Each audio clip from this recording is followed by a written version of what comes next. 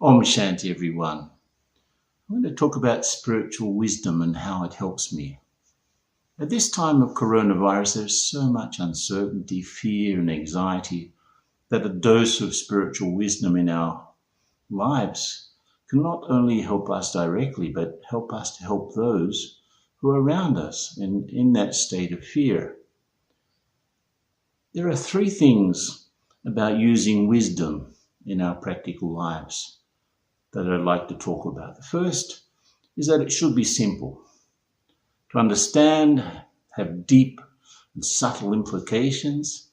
The second is it should be easy to apply. And the third is that it should help me balance out the different aspects of my life. When I first came to Brahma Kumaris in 1975, I was so relieved to find that these three aspects were so available for me. The basic knowledge was simple. I'm a soul. I have a body through which I play my different roles. It's my instrument of both expression and experience. I'm involved in an unlimited play, which also has simple rules. Whatever I do, I get the return of that. And my present situation is based on whatever I thought, said, and did in the past. And my future is something I have to construct or create based on the way I behave now. The source of spiritual power is the one God, is the Father of all souls of all religions, and I can get that power by having a loving connection with Him. That was the essence for me. And at this moment, the practice of soul consciousness, being the soul, acting through the body, helps to take me beyond all of the confusion that's going on at the moment. I can become lovingly detached and really send out vibrations of compassion for those who are suffering either health-wise, finance-wise, or socially. From the beginning of my practice, armed with these simple concepts, I became fascinated by the ease of their applicability. I found that I could go beyond my persona and perceive the limitations around my thinking. And I discovered that much of what I had thought was just a set of frozen beliefs that looked great in theory but were not practical. And in the light of these newfound truths, I could easily see what was real and what was not, how much was my own or someone else's invention. Even though it hasn't happened much, there have been times when I've spent the night tossing and turning in the horns of some dilemma. But through meditation and the spiritual wisdom that comes with it, I've been able to recognize the sorts of patterns that form inside me.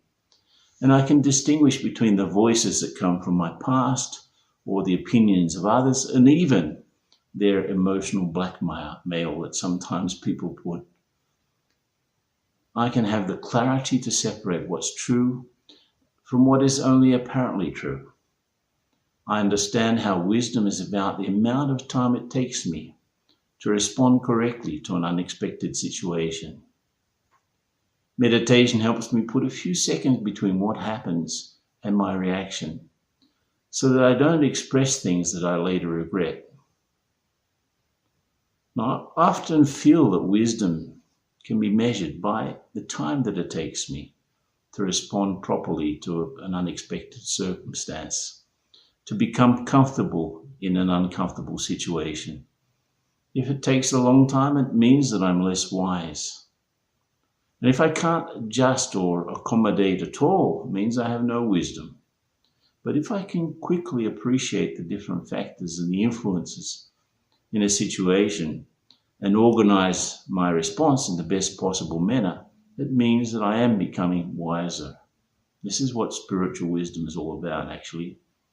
Not only the meditation practice, but the deep understanding of the rules of the game of life help me to both organize my responses and dance with the situations according to the music that's being played.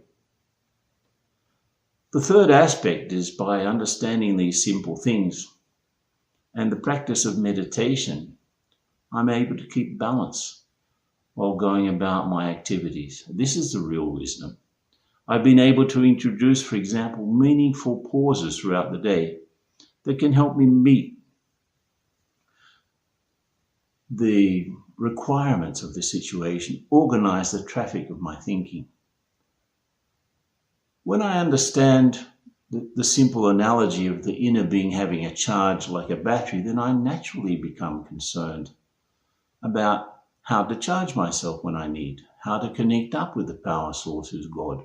So I begin the day with meditation, and I stop at different times during the day and go into that deep state. And before going to bed at night, also make sure that everything's just flowing nicely. This brings such a wonderful balance.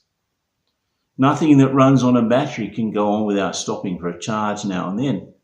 And I've learned that the first thoughts of the day become the foundation of my inner state for the whole day.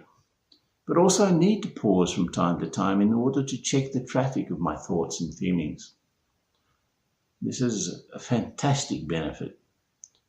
I found that the practice of stopping for 1 minute every hour actually has two results. I can retain a sense of balance throughout the day by making sure that doing and being are actually helping each other. The 1 minute of peaceful and conscious pause makes the other 59 minutes much more productive and useful. And I end up doing less and getting more done. Such a paradox. But that's what spiritual wisdom brings. In essence, these simple concepts and the practice of easy Raj Yoga meditation have always been helping me to face any circumstance that the play of life is able to bring in front of me. With the help of understanding that God has given me, together with the power that He brings me in meditation, I am able to get through almost any situation, even the most drastic.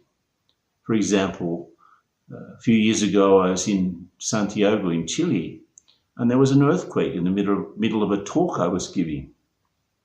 So imagine, it wasn't a tremor, it was an earthquake.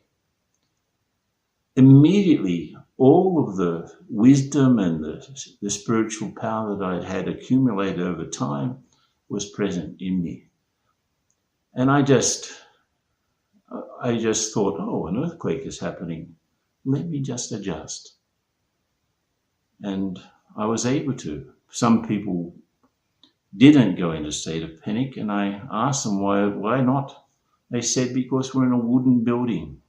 Everyone else ran out, but they stayed sitting. In an earthquake, wooden buildings normally stay standing. Brick ones don't. So I thought, wow, this is pretty practical wisdom. But at the same time, I was able to adjust immediately. So definitely I attribute that to the practice of Raj Yoga meditation. Thanks for listening.